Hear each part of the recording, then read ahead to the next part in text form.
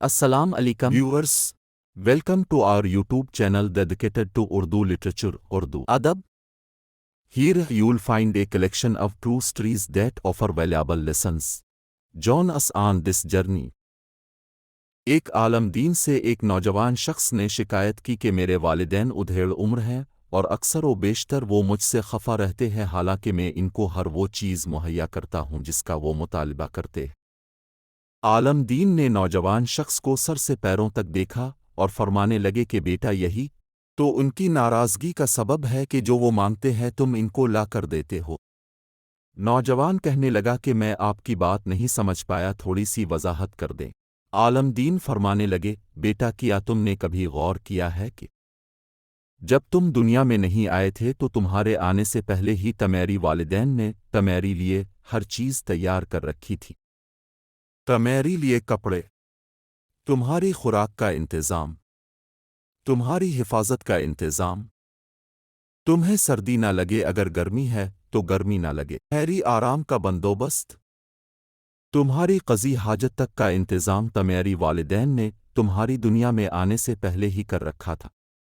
پھر آگے چلو، کیا تمہاری والدین نے کبھی تم سے پوچھا تھا کہ بیٹا تم کو اسکول میں داخل کروائیں یا نہ؟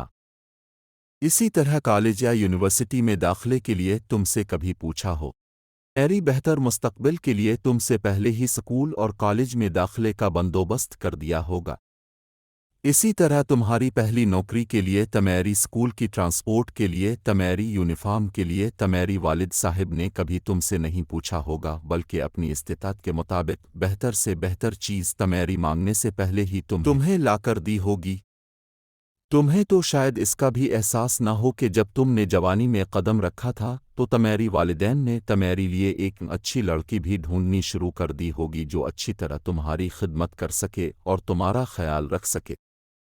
لڑکی تلاش کرتے ایوی بھی ان کی اولین ترجیح تمہاری خدمت ہی ہوگی، بلکہ ان کے تو ذہن میں کبھی یہ خیال بھی نہیں آیا ہوگا کہ ہم ایسی دلہن بیٹے کے لیے لائیں جو ہماری خدمت بھی کرے اور ہمارے بیٹے کی بھی۔ تمہاری لیے کپڑے، تمہاری پہلی سائیکل، تمہارا پہلا موٹر سائیکل، تمہارا پہلا سکول، تمہاری کھلونے، تمہاری بول چال، تمہاری تربیت، تمہارا رہن سہن، چال چلن، رنگ ڈھنگ، گفتگو کا انداز، یہاں تک کہ تمہاری منہ سے نکلنے والا پہلا لفظ تک تم کو تمہاری ماں باپ نے مفت میں سکھایا ہے اور تمہاری مطالبے کے بغیر سکھایا ہے۔ اور آج تم کہتے ہو کہ جو کچھ وہ مجھ سے مانگتے ہیں میں ان کو لا کر دیتا ہوں، اس کے باوجود وہ خفا رہتی ہے۔ جاؤ والدین کو بن مانگے دینا شروع کرو۔ ان کی ضروریات کا خیال اپنے بچوں کی ضروریات کی طرح کرنا شروع کرو۔ اگر ان کی مالی مدد نہیں کر سکتے تو ان کو اپنا قیمتی وقت دو، ان کی خدمت کرو۔ گھر کی ذمہ داریاں خود لو، جیسے اپنے بچوں کے باپ بنے ہو ویسے ہی اپنے والدین کی نیک اولادہ بنو اور ان کو بن مانگے دینا شروع کرو۔ اپنے آپ کو اس قابل بنا لو کہ ان کو تم سے مانگنے کی یا مطالبے کی ضرورت ہی نہ پڑے۔ ان کو کبھی تمہاری کمی محسوس ہی نہ ہو، کم سے کم اتنا وقت تو ان کو عطا کر دو، ان کے مسائل پوچھو۔ اگر ان کی مالی مدد نہیں کر سکتے تو ان کی خدمت کرو۔ کیا کبھی ماں باپ کے پاؤں کی پھٹی ہوئی ایڑیاں دیکھیں ہیں تم نے؟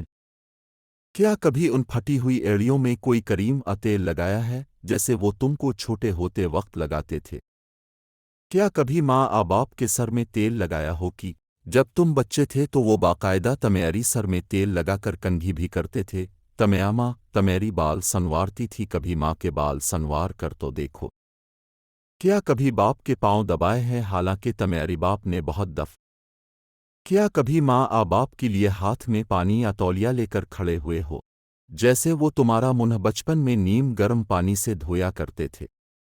کچھ کرو تو صحیح، ان کو بغیر مانگے لا کر دو، ان کی ذمہ داریاں اٹھا کر دیکھو، ان کو وقت دے کر دیکھو، ان کی خدمت کر کے دیکھو، ان کو اپنے ساتھ رکھو ایمشا، ان کو اپنے آپ پر بوجھ مت سمجھو بلکہ نعمت سمجھ کر دیکھو۔ جس طرح انہوں نے تم کو بوجھ نہیں سمجھا، بغیر کسی معاوضہ کے تمہاری دن رات پرورش کر کے معاشرے کا ایک کامیاب انسان بنایا ہے، کم سے کم ان کی وہ خدمات کا صلہ سمجھتے ہوئے ان سے حسن سلوک کا رویہ اختیار کرو، پھر دیکھنا وہ بھی خوش اور اللہ بھی خوش۔